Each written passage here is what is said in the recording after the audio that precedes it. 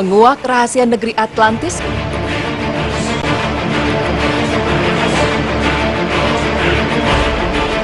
Nama Atlantis selama ini kita ketahui hanyalah sebatas benua saja. Dan ada banyak kabar yang simpang siur mengenai Atlantis. Ada beberapa pendapat yang mengatakan bahwa Atlantis itu hanyalah sebuah samudera yang terletak di antara Eropa, Amerika, dan Afrika. Selain itu ada pendapat lain yang mengatakan bahwa Atlantis merupakan sebuah benua yang hilang. Menurut dari beberapa sumber, negeri Indonesia itu merupakan benua Atlantis yang hilang. Dan hilangnya Atlantis ini dikarenakan tenggelam yang mencapai dasar laut akibat adanya bencana gempa bumi. Tapi, sampai sekarang belum ada yang mengetahui dari mana sebenarnya asal-muasal Atlantis itu. Dan benarkah dahulu ada penghuni lain di bumi sebelum adanya manusia? Nah, pemirsa berita Islami masa kini, berikut penjelasannya. Para ilmuwan menguak bahwa manusia dan segala makhluk yang ada di dalamnya adalah pendatang di planet biru. Dan ini semua berkaitan dengan asal-usul kehidupan di bumi. Teka-teki siapa makhluk penghuni bumi yang diciptakan sebelum Nabi Adam alaihissalam pun pada akhirnya terungkap. Ibnu Abbas radhiyallahu anhu mengatakan bahwa setelah Allah menyempurnakan penciptaan langit dan bumi dengan segala sifatnya, Allah menciptakan umat yang beraneka ragam dan berlainan jenis yang diberi nama jin. Mereka memiliki jiwa dan aktivitas. Mereka menempati permukaan bumi dalam jangka waktu yang dikehendaki oleh Allah Subhanahu wa Ta'ala. Dan di antara mereka ada yang putih, hitam, merah, kuning, bercak-bercak, totol-totol, tuli, buta, menawan, jelek, kuat, lemah, perempuan, dan laki-laki. Mereka disebut jin karena mereka samar-samar atau tidak kelihatan. Dan pemirsa, sejak saat itu dunia pun kian menyempit. Bencana juga sering terjadi karena mereka terus bertambah. Maka dengan kuasanya Allah Subhanahu wa Ta'ala mengirimkan angin topan di mana angin tersebut membinasakan mereka semua.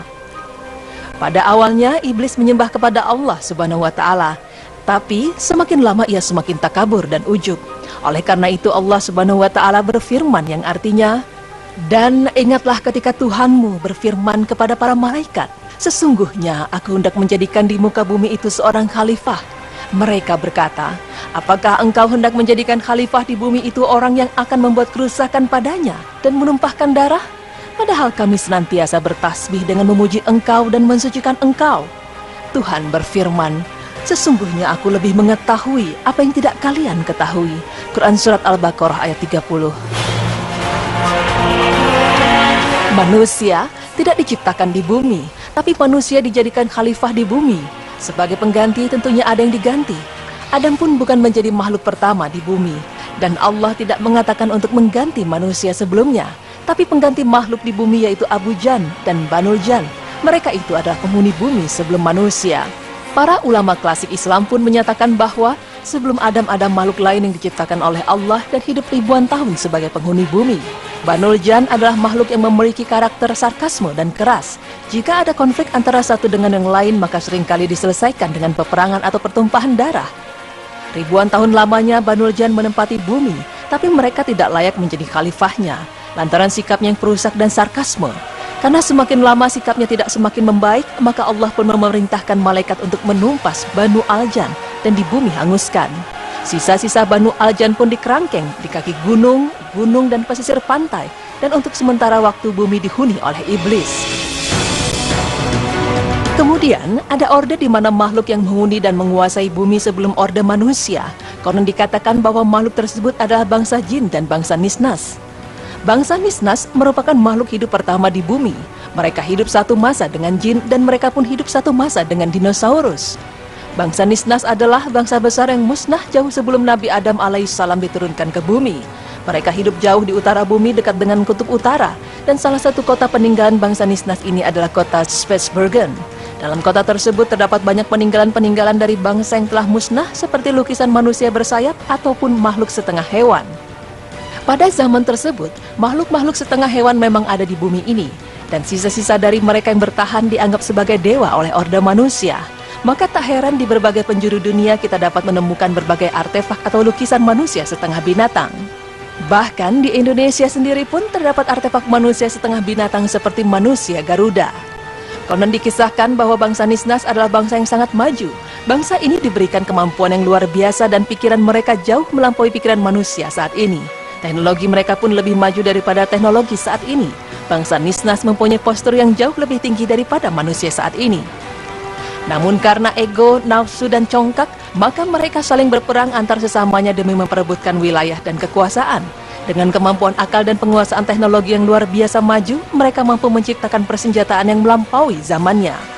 Karena mereka telah melupakan tugasnya sebagai khalifah di muka bumi, maka Allah Subhanahu wa Ta'ala mengutus ribuan malaikat yang dipimpin oleh Azazil dan ribuan burung-burung neraka atau yang dikenal dengan Phoenix untuk memusnahkan bangsa Nisnas.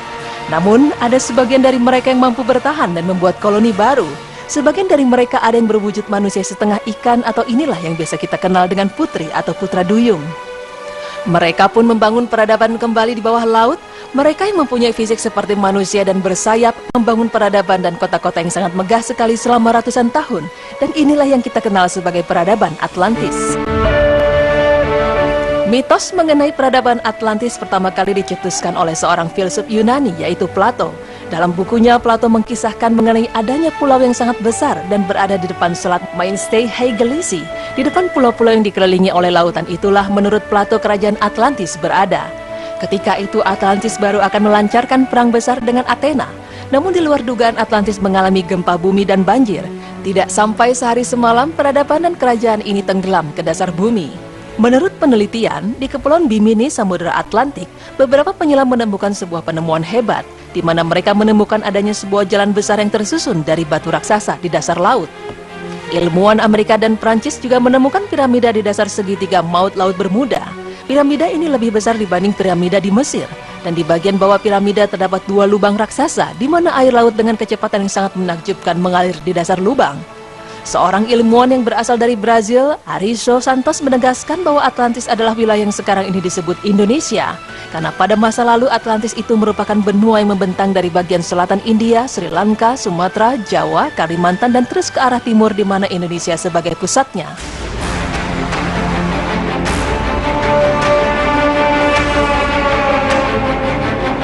Sungguh besar kuasa Allah Subhanahu wa Ta'ala, di mana hanya Allah yang dapat menciptakan segala sesuatu dengan benar dan nyata. Sesungguhnya keadaannya, kuasanya apabila dia menghendaki sesuatu hanyalah berkata kepadanya, jadilah, maka terjadilah. Quran Surah Yasin ayat 82.